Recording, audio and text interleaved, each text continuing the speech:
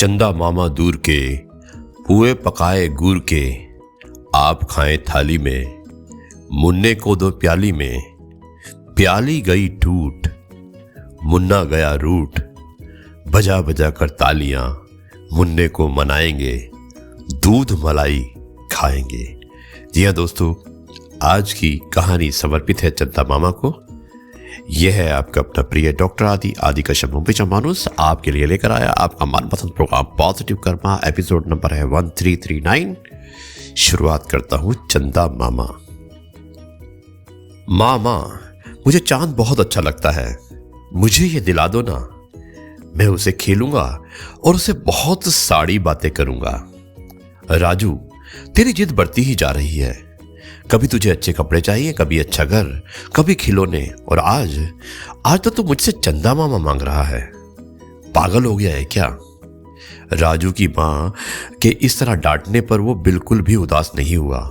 वो जानता था जब से उसके बाबा का निधन हुआ है तब से मां इसी तरह अक्सर उस पर गुस्सा करने लगती है। क्योंकि अब उसके पिता दुनिया में नहीं रहे थे, इसलिए राजू को तीसरी कक्षा से स्कूल छोड़ना पड़ा था। अब घर में रहता था और उल्टे सीधे सवाल करके माँ से झड़कियां खाता रहता था। वो माँ की डांट सुनने के बाद भी फिर चंदा मामा के मोह में गुम हो गया। माँ, चंदा मामा पूरी तरह गोल है जैसे सिक्का और ऐसे जैसे रोटी। अब राजू की नजरें चांद पर से हटकर अपनी माँ पर टिक गई थी। माँ, मुझे रोटी चाहिए, बहुत भूख लगी है। उसकी आवाज में एकदम कमजोरी उतर आई और उसकी मां की आंखों में बेबसी। कोई नहीं जानता था कि ये दोनों माँ बेटे आज फिर भूखे हैं, हमेशा की तरह। आज भी जब राजू को मां प्यार से ना समझा पाई तो मजबूरन उस पर हाथ उठाना पड़ा। कुछ देर बाद राजू रोते रोते सो चुका था। इसके बाद मां ने राजू के मासूम अस्तित्व खुद लपेट लिया और अपनी आंखों में आंसुओं को पोंछकर खुद भी सीने से उसको सोने की कोशिश करने लगी। संयोग से आज जब ये दोनों माँ बेटे आंगन में बिछी चारपाई पर लेटे बातें कर रहे थे तो घर के सामने से गुजरने वाले एक सज्जन को उनकी बातें सुनाई दी। उनकी स्थितियों का अनुमान होते ही उसके मन में उनकी मदद करने की ठान ली। दूसरे दिन जब राजू और उसकी मां की आंखें खुली तो आंगन में कुछ मीठी रोटियां वहीं पड़ी मिली जिन पर लिखा था चांद नगर। राजू को बड़ा आश्चर्य हुआ और खुशी से चिल्लाया, मां देखो, मामा ने हमें चांद नगर से रोटियां भेजी हैं। मां का भी आश्चर्य से बड़ा बुरा हाल हो चुका था, लेकिन चूंकि ये दोनों कल से ही भूखे थे और रोटी देखकर उसकी भूख अधिक चमक उठी थी, इसलिए उन्होंने जल्दी जल्दी मजे से रोटियां खा ली। राजू बेहद खुश था। वो बाहर जाकर सभी बच्चों को गर्व से घटना सुनाए जा रहा था कि आज हमें चंदा मामा ने चांद नगर से रोटियां भेजी थी। लेकिन किसी ने भी उसकी बात पर विश्वास नहीं किया, बल्कि उल्टा उसका मजाक उड़ाने लगे, जिसकी वजह से राजू के कई लोगों से लड़ाई भी हो गई थी और वो जल्द ही घर वापस आ गया। अब उसे गंभीरता से रात होने का इंतजार था ताकि जल्दी से वो अपने चंदा मामा को धन्यवाद कह सके। उस दिन के बाद से राजू ने माँ की से फरमाइश करना छोड़ दिया था, लेकिन वो अपनी सारी फरमाइशें चंदा मामा से करता था, क्योंकि चंदा मामा उसकी सभी फरमाइशें पूरी जरूर करते थे। अब चांद नगर से भी राजू के लिए रोटियों के साथ अच्छे कपड़े, जूते, खिलौने और रंगीन किताबें भी आने लगी।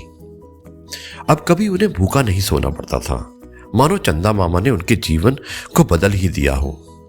एक दिन चंदा मामा ने चांदनगर से पर्ची लिखकर भेजी, जिसमें राजू को ताकीद की गई थी कि अब वो अपनी पढ़ाई फिर से शुरू कर दे, क्योंकि चंदा मामा को स्कूल जाने मेहनत से पढ़ने वाले बच्चे बेहद ही पसंद थे। साथ ही इस काम के लिए उचित राशि भी लिफाफे में डाल दी गई थी। माँ ने उसी दिन राजू को एक अच्छे स्कूल में भर्ती करा दिया। राजू को भी पढ़ने का बहुत शौक था और जब चंदा मामा ने उसे दिल लगाकर पढ़ने की ताकीद दी थी तब से उसकी रुचि और बढ़ गई थी। यही कारण था हमेशा अच्छे नंबरों से पास होता और चंदा मामा खुश होकर और भी उपहार से उसे सम्मानित करते। देखते ही देखते राजू उपलब्धियों की सीढ़ियां चढ़ता रहा। मेडिकल कॉलेज तक पहुंच गया था।